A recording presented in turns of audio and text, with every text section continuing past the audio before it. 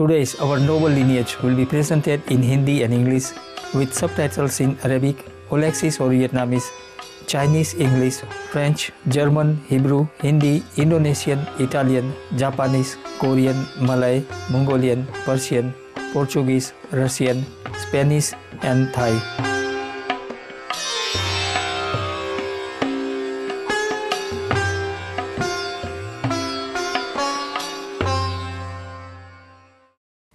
विश्व भर के दर्शकों, सुप्रीम मास्टर टेलीविज़न पर यहाँ विवेकवान वंशावली में आपका स्वागत है।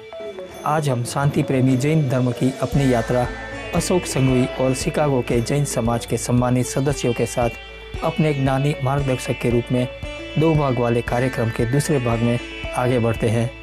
घनी परंपराओं और प्राचीन ज्ञान से भरा जैन धर्म एक मोहक और अनंत धर्म जो आज भी उतना ही उचित है जितना लगभग 5000 वर्ष पूर्व अपनी उत्पत्ति के समय था।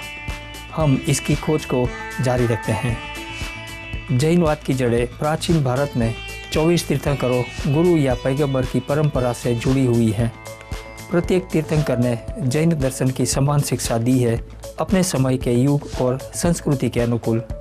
महावीर यानी महान नायक लगभग 550 ईसा पूर्व पैदा हुए, जो आखिरी तीर्थंकर थे। Jainas believe there is a cycle, time cycle. So there are 24 masters or scholars, they take birth in one cycle, time cycle. And that time cycle, those 24 masters or the scholars, they go into within, they become absolute, pure, unconditional love, and they know they're everything to know. It's called Kaivalya, it's called absolute truth and nothing but truth. And that's the state of mind where you become one with the universe. All energy, every being becomes part of you. So Mahavir was the 24th scholar or a Tirthankara or the master or Messiah in our cycle.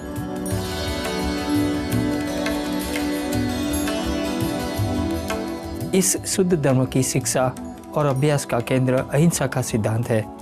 अहिंसा का अर्थ है अहिंसा या जीवों को कोई नुकसान नहीं पहुंचाना।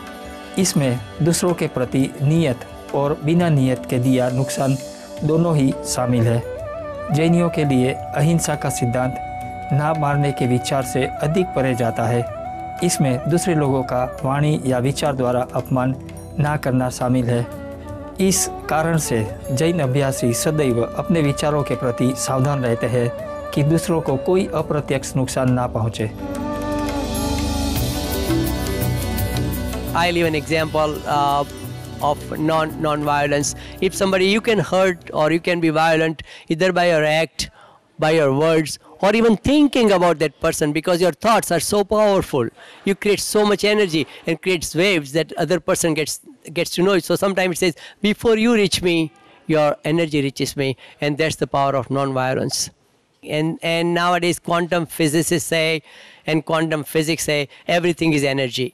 And that's what was told by Mahavira before 2500 years ago, that everything is energy. There are only 2 basic energy. One is you, that's your soul energy, your spiritual energy. Other one is material energy. So your soul energy can attract different things into your life, and you can get rid of those things. So that's the non-violence, and compassion creates more and more love, unconditional love. There are lots of places in India nowadays. They have charitable hospitals. They have shelters for animal. It's just run on charities, and so that's the power. अहिंसा के इस विचार का हमेशा पालन करते हुए जैनी क्षमाशीलता, सहनशीलता का अभ्यास करते हैं और दूसरे लोगों की मान्यताओं, धर्म और विचारों का खुले मन से सम्मान करते हैं। And I live my life, though I'm not a Christian. Many principles I studied with Bible, Quran. Every master has taught one simple thing: unconditional love and compassion. And that's what Mahavir taught. जीवन के सभी रूपों के प्रति प्रेममयी सम्मान और करुणा रखते हुए जैन अभ्यासी कठोर शाकाहारी होते हैं। साथ ही पशुओं को खाने से परे रहते हैं। जैन जड़ वाली सब्जियां खाने की भी उपेक्षा करते हैं, जैसे आलू, सलजम, प्याज, गाजर और मूली। यह इसलिए है कि इन सब्जियों को लेने में पौधा जड़ से उखड़ जाता है और इस प्रकार उसके प्राकृतिक जीवन चक्र का अंत पहले ही हो जाता है। इसके अतिरिक्त जड़ वाली सब्जी मिट्टी से जुड़ी होती है और दूसरे सब्जियों की अपेक्षा अधिक सूक्ष्म जीवाणुओं से भरी होती है। जैन सभी जीवन रूपों की पवित्रता में विश्वास करते हैं, उनके प्रति भी जो आँखों से अदृश्य होते हैं। पौधे के फल, बीज और पत्तियां खाना स्वीकार्य है क्योंकि वह दूसरे जीवन रूपों को न्यूनतम नुकसान पहुंचाता है और पौधे को अपने जीवन चक्र को चलाने के लिए जीवित और स्वस्थ छोड़ देता है। And that's the reason many Jains follow vegetarianism. They don't kill even the smallest thing. पूजा और विधान जैन अभ्यासी के दैनिक जीवन में महत्वपूर्ण हिस्सा होते हैं। अधिकांश जैनी अपनी सार्वभौमिक प्रार्थना या नवकार मंत्र जपने के लिए प्रतिदिन झुकते हैं। इस मंत्र के जाप में भक्त उन मुक्त आत्माओं के सम्मान में झुकता है जो अब भी मानव रूप में अरिहंस, पूर्ण मुक्त आत्मा, सिद्ध, आध्यात्मिक शिक्षक, आचार्य, शिक्षक, उपाध्याय और सभी भिक्षुओं, सर्व साधु और भिक्षुणी साध्वी के रूप में मौजूद है। भारी सम्मान की इस भाव द्वारा जैनी इन उच्च आध्यात्मिक उन्नत जीवों की मुक्ति, सच्चे सुख या निर्वाण के अंतिम लक्ष्य की प्राप्ति की ओर के पथ के अनुसरण के लिए प्रेरणा प्राप्त करता है। यह पूजन और आभार की प्रार्थना है जिसमें भक्त खुद के लिए भौतिक लाभ या समर्थन प्राप्ति की मांग नहीं करता है। जैन परंपरा के खूबसूरत प्रार्थनाओं और विधानों में अष्ट प्राकृ पूजा या 8 सांकेतिक भेंट प्रार्थना शामिल होती है। ये 8 भेंटों में शामिल है जल, जो भक्तों को ईमानदारी, सत्य, प्रेम और सभी जीवों के प्रति करुणा के साथ जीवन जीने की याद दिलाता है। चंदन की लकड़ी, जिससे भक्त विभिन्न पक्षों से वास्तविकता की स्पष्ट और उचित समझ के साथ साथ ज्ञान को परिलक्षित करता है। फूल भक्त को याद दिलाने के लिए कि आचरण एक फूल की तरह होना चाहिए जो सभी जीवों को बिना भेदभाव के सुंदरता और खुशबू प्रदान करता है। दीपक शुद्ध चेतना या बिना किसी कार्मिक बंधन वाली आत्मा का प्रतिनिधित्व करता है और भक्त को मुक्ति प्राप्त करने के लिए 5 बड़ी प्रतिज्ञाओं के पालन की याद दिलाता है।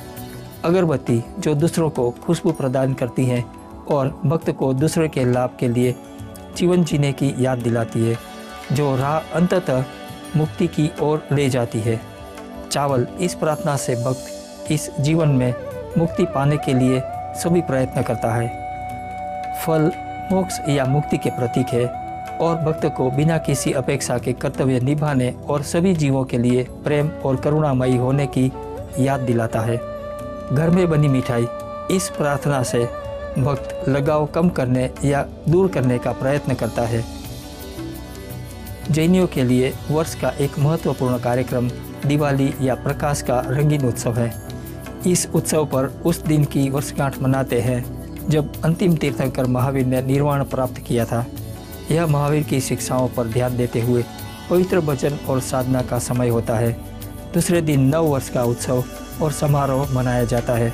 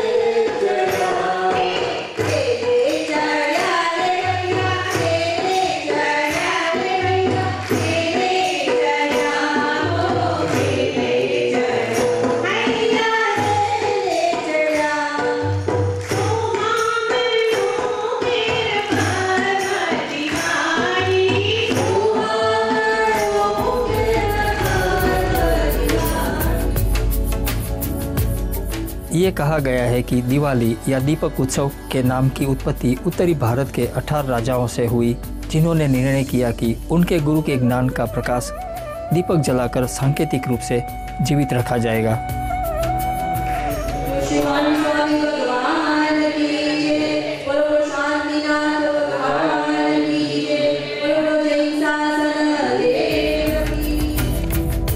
हम महानगर शिकागो के जैन समाज के सम्मानित सदस्यों द्वारा जैन परंपरा के खूबसूरत विधानों में तथा ज्ञान और शुद्धता में हिस्सा लेने के लिए हमें आमंत्रित करने के लिए आभारी है।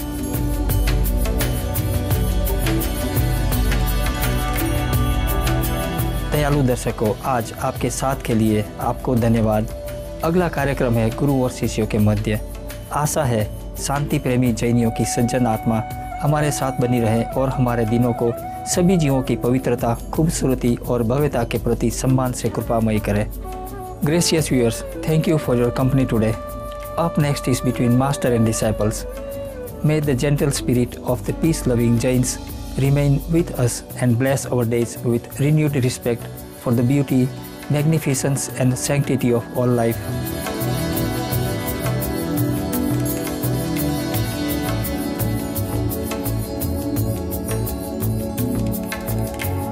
For more details, please visit www.suprememastertv.com/NL.